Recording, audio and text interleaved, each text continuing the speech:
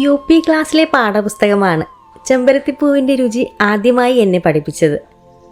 വർഷങ്ങൾ പലത് കഴിഞ്ഞപ്പോൾ അതിൽ ചില മാറ്റങ്ങൾ കൂടി ചേർത്ത് പുതിയ രുചി തയ്യാറായി.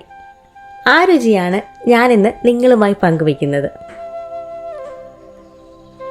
തിളച്ച വെള്ളത്തിലേക്ക് പൂവിൻ്റെ ഇതളുകൾ ചേർത്ത് നന്നായി തിളപ്പിച്ചെടുക്കാം.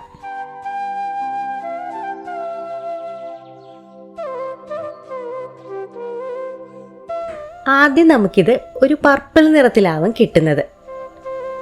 നന്നായി തണുത്ത ശേഷം നമുക്കിതൊരു ചുവന്ന നിറത്തിലേക്ക് മാറി കിട്ടുന്നതാണ്.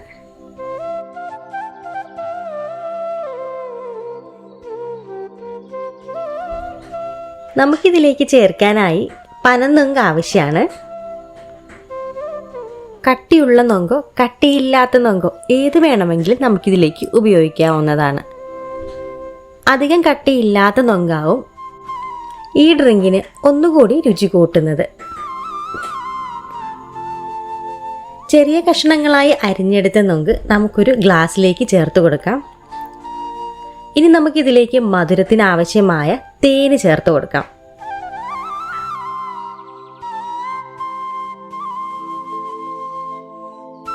തേന് ചേർത്ത ശേഷം നേരത്തെ തിളപ്പിച്ച് തണുത്ത ചെമ്പരത്തിയുടെ ഡ്രിങ്ക് നമുക്ക് ഇതിലേക്ക് ഒഴിച്ചു കൊടുക്കാം. ഇനി ഇതിലേക്ക് കുതിർത്ത കസ്കസ് ചേർത്ത് നന്നായി ഒന്ന് ഇളക്കി യോജിപ്പിക്കാം.